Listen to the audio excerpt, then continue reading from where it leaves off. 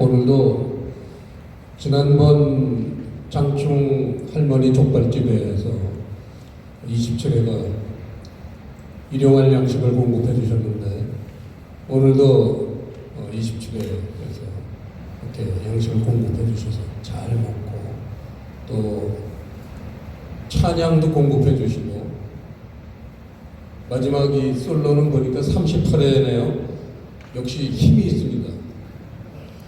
저는 19회 이득사입니다. 인사드리겠습니다.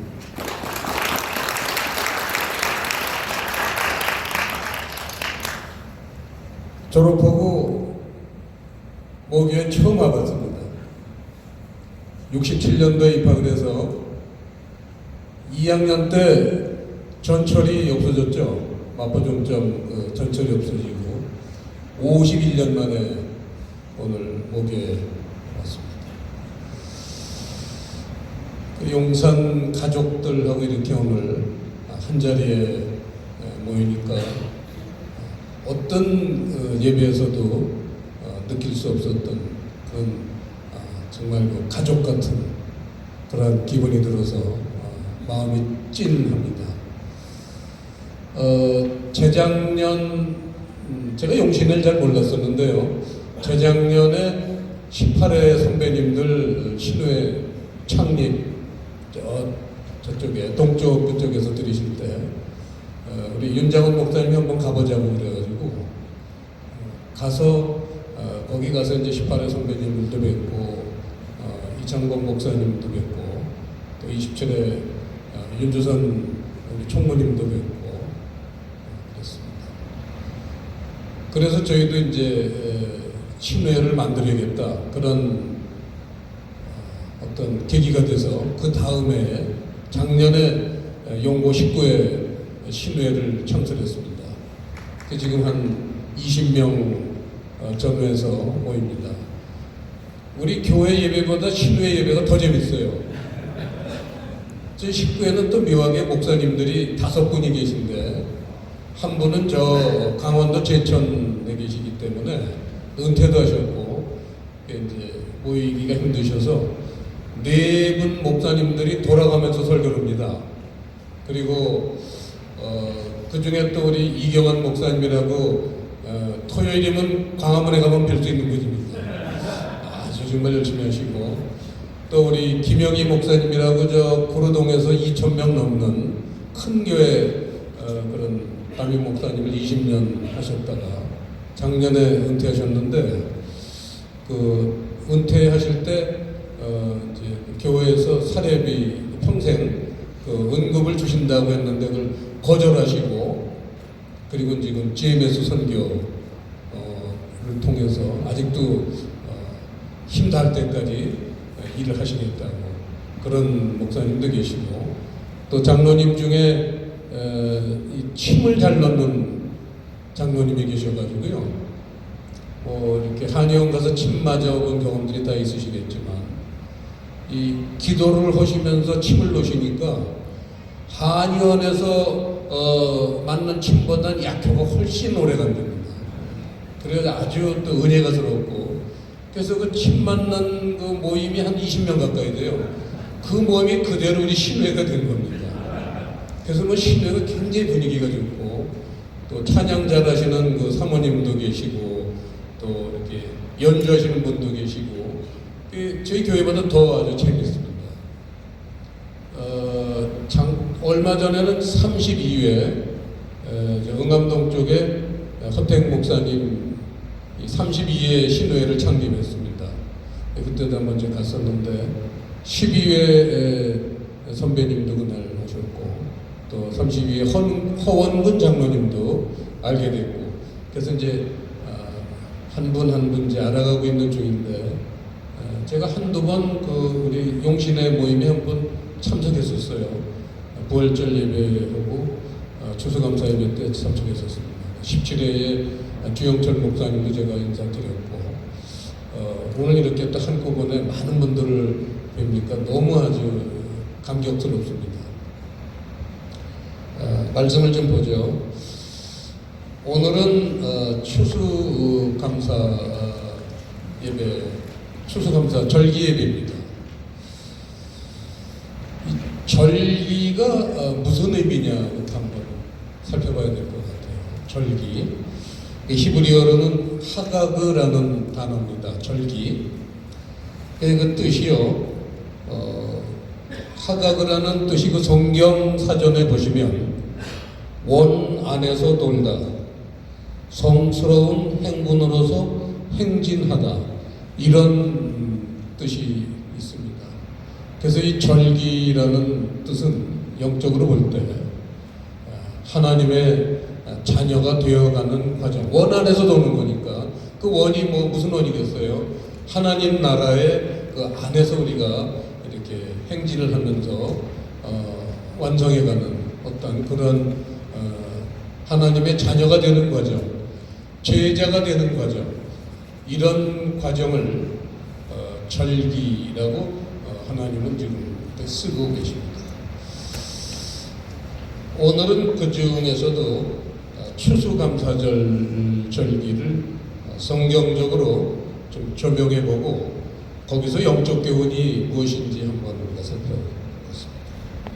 본문 16절에 보시면 이제 수장절이라는 단어가 나옵니다. 이게 추수감사절에 우리 고유한 성경적 효시겠죠. 흔히들은 이제 미국을 건설했던 청교도들이 그 칠면조고 호박을 놓고 감사를 예배드린 걸 이제 많이들 생각들 하시고 기억을 하시는데 성경에서는 훨씬 이전에 수천 년 전에 이 추수감사 예배가 있었습니다. 이게 수장절입니다. 이 수장절뿐만 아니라 오늘 본문에 보면 3대 절기가 나오는데 왜 3대 절기가 꼭 같이 나와야 되느냐? 이 원 안에서 돌기 때문에 그래요. 수장절이라는 것은 오늘 이제 본문에도 나오지만 연말에 밭에서부터 거둔 것을 저장하는 것이다. 그렇게 말씀하셨는데 그냥 밭에 나가면 그냥 거둡니까? 그게 다가 아니잖아요. 그래서 반드시 그 전에 무슨 행위가 있었으니까 거두러 가는 거고.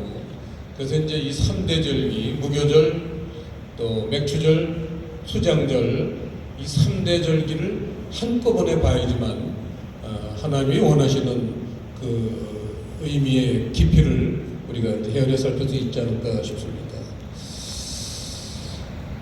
이 수장절 사실은 보다도 그래서 그 이전에 절기가 어떤 면에서는 더 중요할 수도 있습니다. 왜냐하면 하나님 나라는 결과도 중요하겠지만 과정이 더 중요합니다.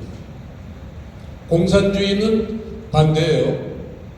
결과는 과정을 정당화한다. 이게 공산주의 이론의 가장 중요한 이론입니다. 무슨 짓을 해도 결과만 좋으면 되는 거예요. 그게 공산주의입니다. 하지만 우리 기독교는 또 민주주의가 기독교에서 탄생했잖아요.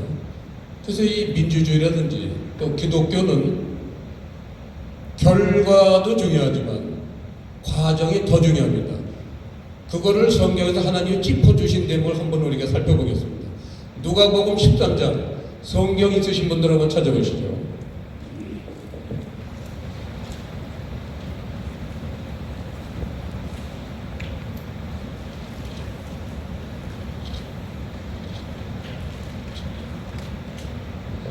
신약성경 118페이지 누가복음 13장 22절부터 제가 읽어보겠습니다. 예수께서 각성 각촌으로 다니사 가르치시며 예루살렘으로 여행하시더니 혹이 여짜오되 주여 구원을 얻는 자가 적으니이까 저희에게 이르시되 좁은 문으로 들어가기를 힘쓰라. 내가 너희에게 이르노니 들어가기를 보아도 못하는 자가 많으리라. 25절 다 같이 읽겠습니다. 시작. 집주인이 일어나 문을 한 번 닫은 후에 너희가 밖에 서서 문을 두드리며 주여 열어주소서 하면 저가 대답하여 가로되 나는 너희가 어디로서 온 자인지 알지 못하노라 그렇게 말씀하고 계십니다. 자, 천국문을 지금 들어가려고 노크를 하는데 문지기 역할을 하신 우리 주님이 뭐라고 하셨냐면 나는 너희들을 모른다 그랬어요. 그 이유가 너희가 어디로서 온지 모른다는 거예요. 들어가는 것도 중요하겠지만 어디로서 온지 모른다. 어디로 안 왔다는 얘기인가요? 내용으로 볼 때 본문에 좁은 문으로 안 온 거예요. 좁은 문으로 들어가기를 힘들다 그랬잖아요. 좁은 문으로 오지 않은 사람은요 못 들어가는 거예요. 그러니까 과정이 더 중요하다는 거예요. 천국 들어가는 것보다도 어떻게 여기까지 왔느냐가 중요한 거예요. 어떻게 왔느냐.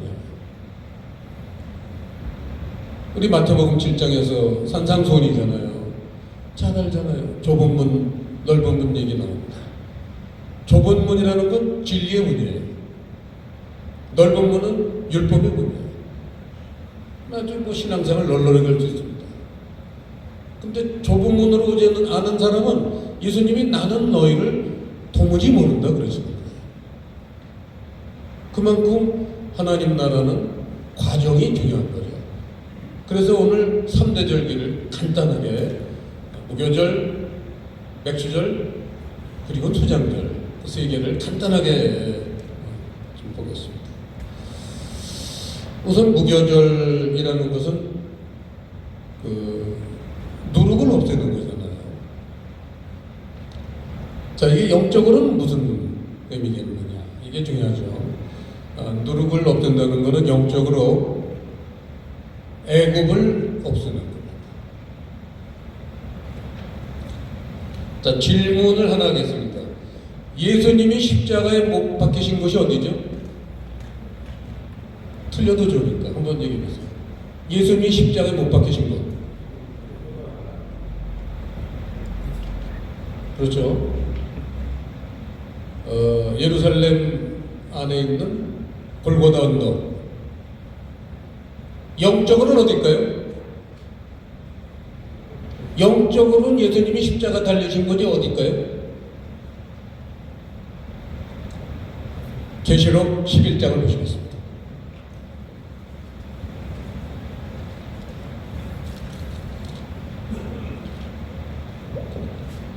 신약성경 408페이지 계시록 11장 8절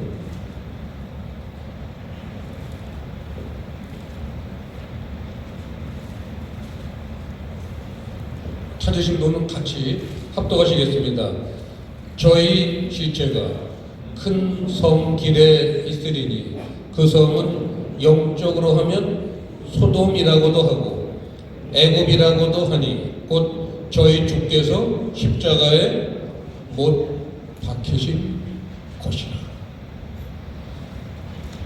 영적으로 볼 때 예수님이 십자가에 못 박히신 곳은 애굽이라는 겁니다. 그 이유가 바로 애굽에서 없애야 될 때 있다는 거예요. 그게 우리가 말하는 출애굽의 가장 중요한 동기가 되는 거죠. 애굽에 머물러 있어 가지고는 천국을 우리가 맛볼 수가 없습니다. 가나안 땅을 갈 수가 없어요. 애굽을 벗어나야 돼요. 애굽의 가치관이 있습니다. 그게 바로 세상 가치관입니다. 이 무교절은 누룩을 먹지 않는 건데, 누룩 없는 떡을 먹는 건데, 그게 바로 애굽의 세상 가치관이에요. 그거를 그대로 가진 채 출애굽을 하면 늘 애굽 생각만 하는 거예요. 그래서 성경에 보시면 나오지만 늘 이스라엘 사람들은 광야에 가서도 어디 생각하느냐? 늘 애굽에서 그 고깃감 앞에서 오이와 부추와 고기 집어넣고 삶아서 먹던 생각하잖아요. 그게 바로 애굽의 정신, 애굽의 가치관을 버리질 못하고 신앙생활을 시작하니까 지금도 날마다 부끄러운 얘기지만 우리 그리스도인들이 뉴스에 나오고 그렇잖아요. 그게 바로 무교절을 제대로 치르지 못했기 때문에 제대로 우리가 신앙생활을 시작한 것 같지만 자꾸 마음은 저쪽에 가 있는 거예요. 이 산이 아닌가며 매일 저쪽만 바라보는 거예요. 그래서 이 무교절은 신앙생활의 첫 출발이잖아요. 이게 잘못돼 있으면 이게 교회도 빛이 없고 나라도 빛을 잃습니다. 지금 우리나라가 왜 이렇게 어렵다고 생각하세요? 우리가 이스라엘보다도 하나님한테 사랑을 더 받는 나라는 아닐 거 아니에요. 이스라엘 하나님이 백성 성경에 기록한 민족인데도 빛을 잃어버리고 올바로 서지 못하면 북이스라엘 아수르한테 멸망당했어요. 아무리 이사야 많은 선지자들이 나와서 권고를 했지만 안 들어먹으니까 멸망당했어요. 똑같은 이유로 조금 더 후에 에레미야라든지 수많은 선지자들이 떠나서 남유다에서 똑같은 말씀을 전했습니다. 이대로 살면 망한다. 하나님의 백성이 망할 수가 있겠는가? 하나님이 세운 나라가 망할 수가 있겠는가? 귀담아 듣지 않았어요. 그래서 BC 586년에 느부갓네살이 이끄는 그 100만 대군한테 멸망을 당했습니다. 대한민국은 이스라엘보다 더 사랑받는 나라입니까? 그러면 이스라엘처럼 우리도 제대로 출애굽 못하면 멸망당하는 거예요. 그 당시에 그 외국의 강한 왕들을 세워서 공격을 했듯이 우리도 지금 주변에 얼마나 강한 보통 인물들 아니죠. 시진핑이라든지 푸틴이라든지 또 가까이 있는 그 젊은 친구라든지 그 얼마나 강력합니까? 사용하실 수 있는 거예요, 하나님이. 문제는 교회에 있어요. 저도 10월 3일 날 그 기도에 나갔었습니다. 그게 지금 이렇게 이를테면 시민혁명의 이제 시작이 된 날, 그 교회협의회에서 전국의 교회들에게 기도만 하자 그랬어요. 그날은 그 태극기나 성조기를 들면 안 된다고 그랬어요. 기도만 하자. 우리가 잘못 살았습니다. 이 기도만 하자.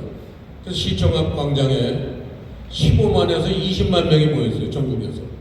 물론 저쪽에 광화문 쪽에는 같이 모여 있었죠. 그쪽엔 이제 태극기도 들고 성조기도 들었습니다. 이 시청 앞에 모인 사람들은요, 11시부터 1시까지인가 2시간을 기도만 했어요. 정말 눈물 흘리면서 통곡을 하면서 우리가 잘못 살았습니다. 그 기도했습니다. 그때 하나님이 그 기도 받으셨어요. 그리고 저희는 광화문으로 다시 갔습니다. 그거 어떻게 사람이 많은지요. 거기서 광화문 얼마 몇 미터 안 되는데 2시간 이상 걸렸어요. 그거 뚫고 가는데. 우리 용고 식구의 동창들이 이순신 장군 뒤에 모여 있었거든요. 결국 거기까지 가지 못했어요. 너무 그냥 사람이 많아서 그 근처까지는 갔는데 결국 광화문하고 이제 이렇게 합치긴 했지만 우리는 나라도 사랑해야 되지만 사실은 하나님 음성에 먼저 경청을 해야 될 필요성이 있습니다. 역사가 그걸 얘기해 주고 있습니다. 아무리 하나님 백성이라 하더라도 하나님 법도를 벗어나면 안 되는 거죠. 자, 그래서 이제 이 무교절을 우리가 봤고, 두 번째로 맥추절입니다. 이 맥추절이라는 것은 애굽에서는 드릴 수 없는 절기예요. 반드시 광야에 나와야지만 드릴 수 있는 절기가 맥추절입니다. 우리가 알다시피 맥추절이라는 것은 오늘 본문에 보시면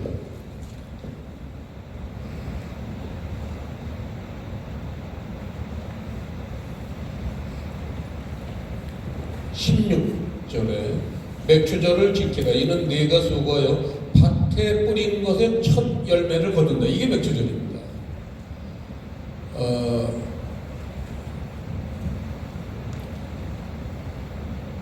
밭에 뿌린 것의 첫 열매. 이 첫 번째로 저는 농사를 짓는 목사입니다. 농촌 목회라고 있습니다. 제일 먼저 시골에서 이렇게 이제 자라나신 분들 아시잖아요.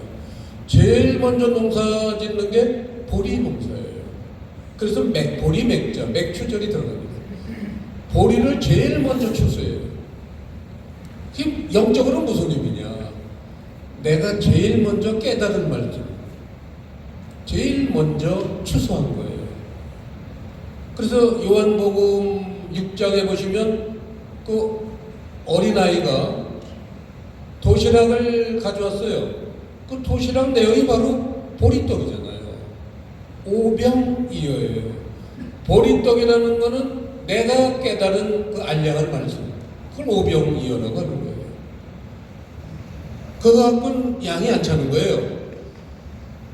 그 오병이어가 예수님에게 드렸더니 그 똑같은 보리떡인데 예수님에게 타치가 되면은 그거는 5,000명을 먹이고도 남는 떡이 돼요. 그걸 조금씩 영적인 말씀이 깨달아지는 것, 그 맥주죠. 애굽에서는 영적인 말씀을 깨달을 수가 없습니다. 왜냐하면 그런 세상 가치관에 푹 빠져있기 때문에 보이질 않아요. 그래서 출애굽을 하고 광야에 나와서 고생 좀 해야 돼요. 거기 뭐 솥단지가 있으니까 뭐가 있습니까? 생 고생을 해봐야지만 이제 안 보이는 그 말씀 속에 들어있는 영적인 하나님의 가르침이 눈에 보이기 시작합니다. 이거를 맥추절이라고 이제 우리는 부르는 거죠. 육의 눈으로는 절대 보이질 않아요. 그래서 출애굽을 시키신 거예요. 애굽에서는 1000년 만년 살아봐야 안 보여요.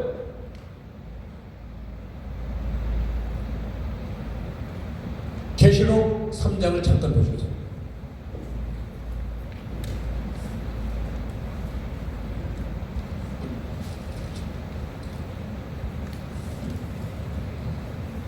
신약성경 403페이지 계시록 2장 3장은 그 유명한 1급 교회 얘기입니다. 에서보드 사빌라. 그걸 제가 여의도 순복음교회 다닐 때 성경학교 시간에 그 가르치신 선생님이, 전도사님이 나중에 조영기 목사님 비서실장 되신 여자분입니다. 전도사, 정전도사님. 그분이 성경 가르쳐 주실 때 한국 사람들은 아주 그 돈을 애써 벌어가지고 집 한 채 사는 거예요. 에서보드 사빌라. 그때 왠게 지금도 잊어버리지 않습니다. 에서보드 사빌라. 1급 교회 얘기입니다. 마지막 교회가 라오디게아 교회입니다. 그 1급 교회는 역사적으로 교회들의 어떤 그 시대적인 그런 특징을 얘기하는 거죠, 사실은. 터키, 물론 해안가에 있는 도시들 얘기지만 그걸 하나님은 교회를 그 1급 교회로 분류를 했죠. 마지막 시대, 오늘날 우리가 살고 있는 이 마지막 시대의 교회는 라오디게아 교회입니다. 그 뜻은 라오스라는 헬라어고 디케라는 단어하고 두 개 합성어예요. 진리의 대중화입니다. 용산 고등학교에 그 한 달에 한 번씩 나오는 책자 있죠. 그 제목이 뭐죠? 네, 큰 그릇이에요. 저는 하나님이 용산 고등학교를 사용하고 계신 걸 지금 알고 있습니다. 이 마지막 시대에 이 라오디게아 진리의 대중화를 하는데 하나님이 용산 고등학교를 쓰실 거를 저는 확신하고 있습니다. 큰 그릇처럼 쓰실 거예요. 여러분들은 채우셔야 돼요. 진리를 채우셔야 돼요. 용산 고등학교는 제가 학교 다닐 때 별로 그렇게 좋아하지 않았던 학교예요. 그 이유가 양말 신는 사람이 거의 없었어요. 전부 맨발이야. 너무 좀 점잖지 못할 것 같아. 전 양말 안 신으면 야단 맞았거든요, 집에서. 밖에 잠깐 놀러 나갈 때도 양말 신고 나갔어야 돼요. 근데 학교에서 보니까 한 70, 80%는 양말들을 안 신었어요. 이럴 수가 있다는 게 제가 별로 마음에 안 들었어요. 근데 졸업을 하고 이제 사회생활을 하면서 친구들을 만나니까, 용산 동창들을 만나니까 그렇게 진실하고 좋습니다. 지금도 뭐 자주 만나고 아주 이렇게 잘 어울립니다. 용산은 그 큰 그릇을 하나님이 준비하실 것 같아요. 그 18절 계시록에 보면은 안약을 사서 눈에 발라 보게 하라. 라우디게아 교회에 이제 세 가지 말씀 주셨는데, 불로 연단한 금을 사서 부요하게 하고, 흰옷을 사서 입어 벌거벗은 수치를 보이지 않게 하고, 안약을 사서 눈에 발라 보게 하라. 이런 세 가지 메시지를 주셨는데, 그 중에 바로 이 안약을 사서 눈에 발라 보게 하라. 이 라오디게아라는 도시는 그 일곱 교회가 다 해안가에 있지만, 그 당시에는 그 터키가 세계 그 지중해를 석권하던 시대였어요. 옛날에는요. 오스만 터키 시대에 지중해를 사용하는 모든 나라가 지네 앞바다인데도 돈을 내니 배를 타고 지나다녔어요. 뭐 스페인이고 무슨 뭐 프랑스고 없습니다. 그리스고 전부 돈을 내야지만 지중해를 사용할 수 있었어요. 누구든지. 그만큼 터키가 아주 강한 나라였어요. 그때 그 해상무역하고 또 그 육로하고 그 경계 지점에 있는 해안가 도시 중에 하나가 라오디게아 교회 도시이기 때문에, 라오디게아는 굉장히 상업이 번창한 도시고 금융이 번창했고, 또 세계적으로 가장 유명한 안약 공장이 거기 안에 있었습니다. 그 라오디게아에. 하나님이 아주 재미있으신 분인 게, 그래서 이제 그 안약 공장이 제일 큰 거 있는 걸 아시고는 적혀 계신 거예요. 안약을 사서 눈에 발라 보게 하라. 안약이 뭘까요? 안약? 안약. 영적인 의미예요. 영적 시각. 영적 시각을 가져야지만 정말 하나님의 내면 세계를 볼 수 있는 거예요. 이게 마지막 시대의 하나님의 특혜입니다. 우리는 그 특혜 지금 살고 있는 게 여기서 느껴지잖아요. 마태복음 13장 씨 뿌리는 비유에 보면 천국의 비밀을 선지자들이나 그 기라성 같은 사람들도 알지 못했다는 거예요. 근데 너희들은 지금 알고 있지 않냐? 씨 뿌리는 비유. 너희가 제자예요. 지금 이게 제자가 되는 과정이에요. 3대 절기라는 거는 지금 제자로 하나님 만드시는 얘기예요. 무교절, 맥주절, 그리고 수장절이죠. 지금 우리는 마지막 시대에 살기 때문에 조금만 늦으면 이 진리의 말씀이 확산됩니다. 전 세계에 확산되고, 그리고는 끝이 없는 거예요. 종말이 와요. 마태복음 24장에서도 천국 복음이 땅 끝까지 전파된 후에야, 그때서야 끝이 오리라고 그랬어요. 지금이 이제 그 시작입니다. 우리 기도 많이 하시는 권사님들이 말세지 말리라고 그러잖아요. 지금은 이제 종말 중에서도 거의 이제 마지막이다. 시계로 보면 5분 남았다고. 55분의 시간이 뭐 걸렸다고 그러시더라고요, 권사님들이. 5분 남은 시대. 그렇게 많이 남은 시대가 아닙니다. 우리 용산고등학교는 하나님한테 쓰임받을 그런 학교이기 때문에 각오를 단단히 해서 하나님 쓰실 거예요. 크게 쓰실 겁니다. 자, 이제 마지막으로 수장절. 아까 맥주절 안약은 영적 시각. 그런 그 영적 시각을 가지면요, 하나님 말씀 속에 들어있는 그런 영적인 의미를 이제 깨달아 알게 되죠. 그걸 소위 이제 진리의 말씀이라고 하는 거죠. 이게 바로 맥주절입니다. 그 다음 수장절. 수장절은 영적 열매를 얘기하죠. 오늘이 추수감사절인데 사실은 교회마다 뭐 여러 가지 이렇게 이제 추수한 것들 놔놓고 예배를 드리지만 그거는 상징적인 거고 하나님은 영적인 열매를 이제 수장전에서 우리에게 요구하시는 거죠. 영적 세계 최고의 가치관은 두말할 것 없이 사랑입니다.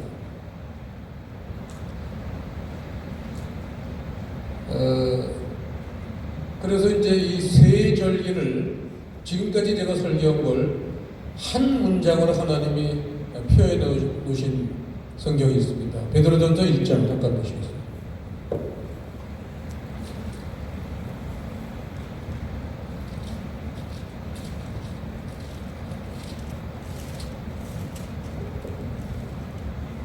(378페이지) 베드로전서 1장 22절에 보시면은 단어가 두 개가 좀 빠졌습니다. 그래서 두 개를 집어넣어서 제가 읽겠습니다. 너희가 다음에 성령을 통해 라는 단어가 빠졌고요. 맨 밑에 보면 마음으로 뜨겁게 피차 사랑하는 마음으로 바로 앞에 깨끗한이라는 단어가 누락됐어요. 그래서 그 두 개를 넣어서 제가 읽겠습니다.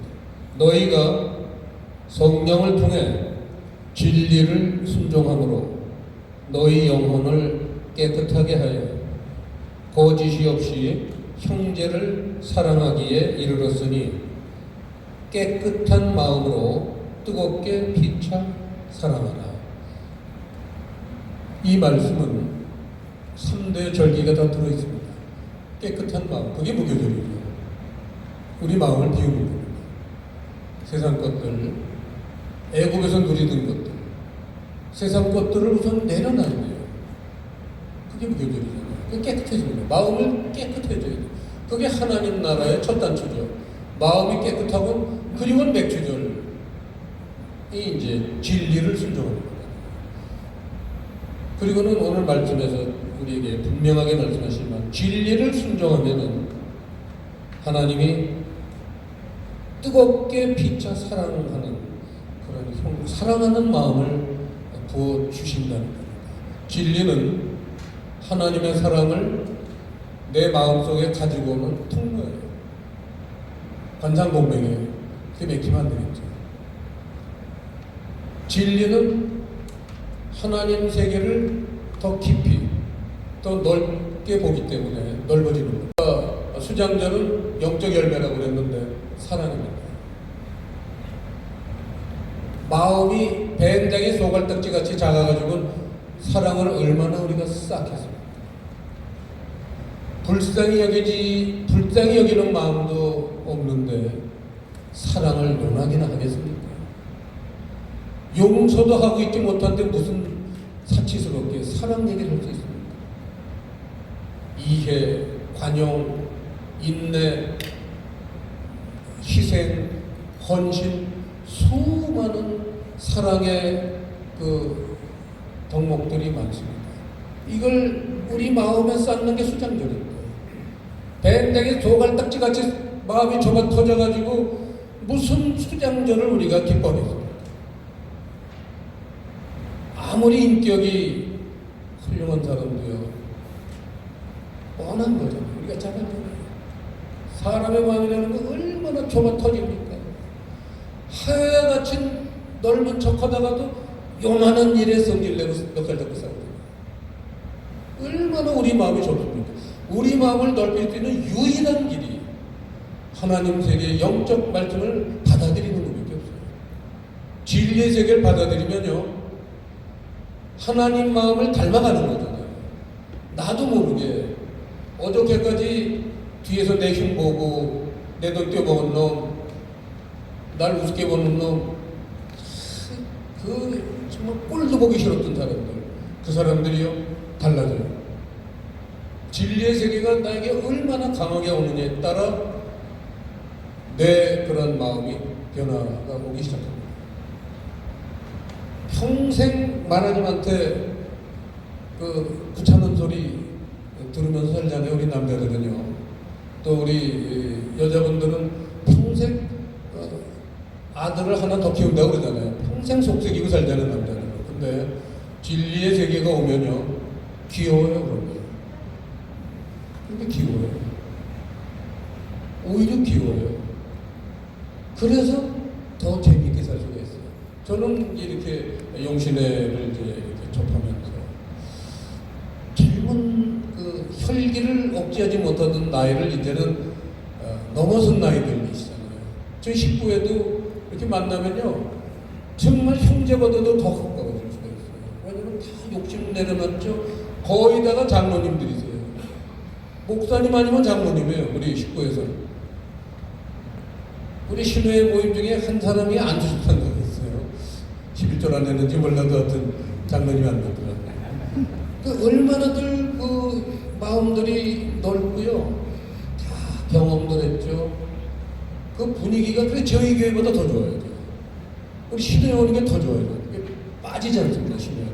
일찍 와요.